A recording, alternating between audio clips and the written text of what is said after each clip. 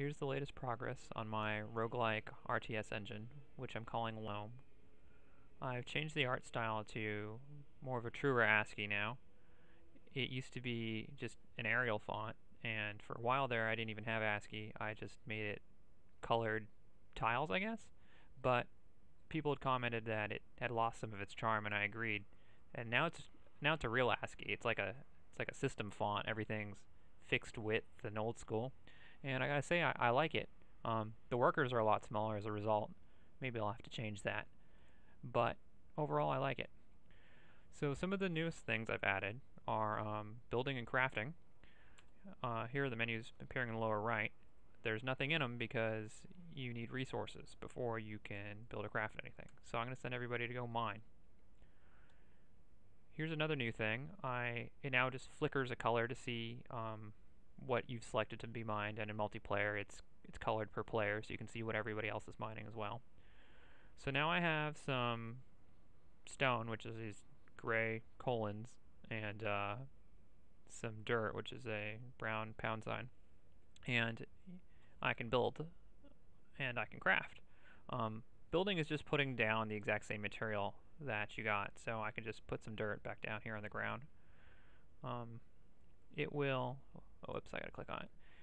It will mark it with something that's red-ish, and then they'll go and they'll build it, and then you can dig it out again if you want. To craft, you basically just consume some resource and you make another one to have here in your resources. So here, if I want to make stone wall, it consumes 2 stone. So I'm going to make a stone wall. You see I lose 2 stone and I get a stone wall. I'm going to build a bunch of stone walls. The purpose of this is going to be so the player can make buildings that keep unlocking the tech tree and add more things to the crafting menu and perhaps allow you to upgrade your guys. I haven't thought it through too much so far. I'm just trying to put it basically in the engine. I'm going to get some more resources so we can get some more things in this menu.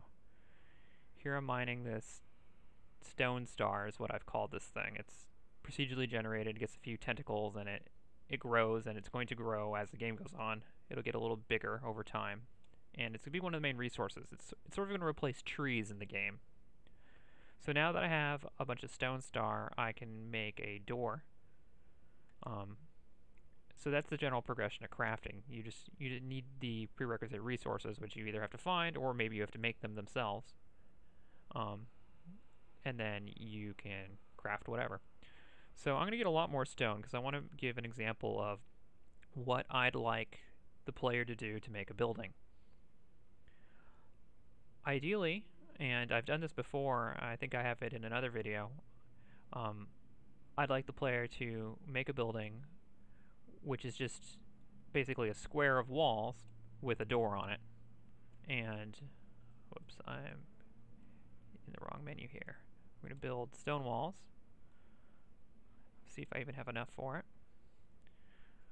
Since they can't get to the inside, they'll only ever build the exterior, which is something I might change in the future, but I kind of like it because it makes it easy to make a square just like this. So here's a big square, and I'm going to dig out a little spot. I'm going to put the door in. So what I'd hoped would be that this would be considered a building, and after you finish this, the engine will recognize that it's an enclosed structure, and you could specialize it somehow. So now it's just an empty building, but maybe if you had a kiln and you were to put a kiln in it, which I can't do at this moment because they can't actually move through it because the door is not a real thing in the engine. I'll just cut a hole in it and then build the kiln. But the structure itself could gain a function.